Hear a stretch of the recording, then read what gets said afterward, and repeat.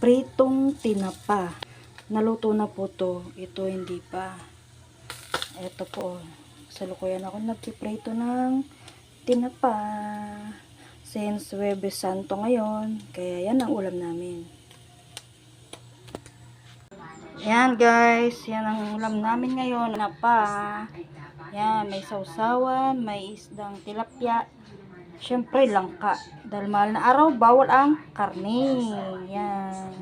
Kain tayo guys.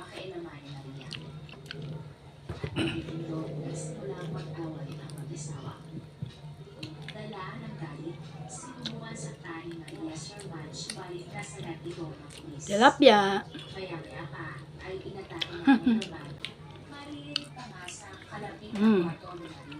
Sarap ng kain. Anong ulam niyo? Alam ko ay tinataang langka.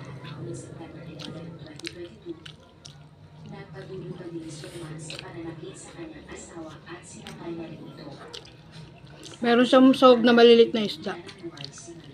Tsaka maliliit na shrimp, hipon.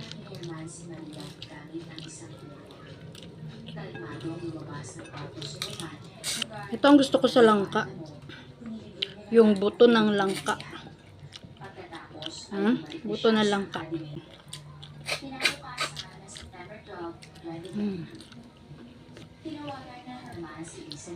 Pritong tamban.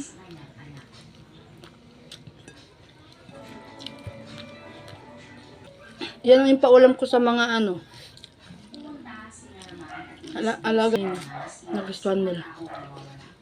Yan, kukuntin na sila.